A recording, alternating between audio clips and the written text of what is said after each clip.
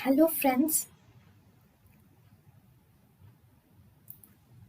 welcome to Creative Medicine.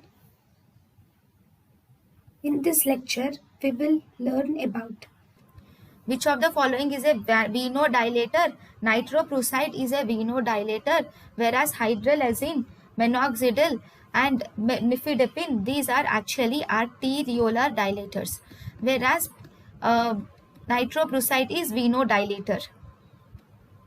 All are used in the all of the following about the statements of nisiritide are true, except nisiritide is a BNP analog, recombinant BNP analog. It is used in decompensated heart failure. It is administered either IV route only. Why? Because due to nesiritide is actually a peptide. So this is a peptide. So it is metabolized by peptidases in GIT. So not given orally because it is metabolized by peptidases in GIT. It is not used orally.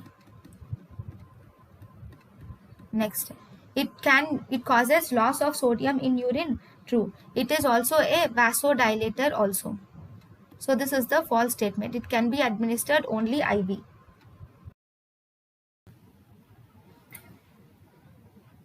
thank you and thank you for watching.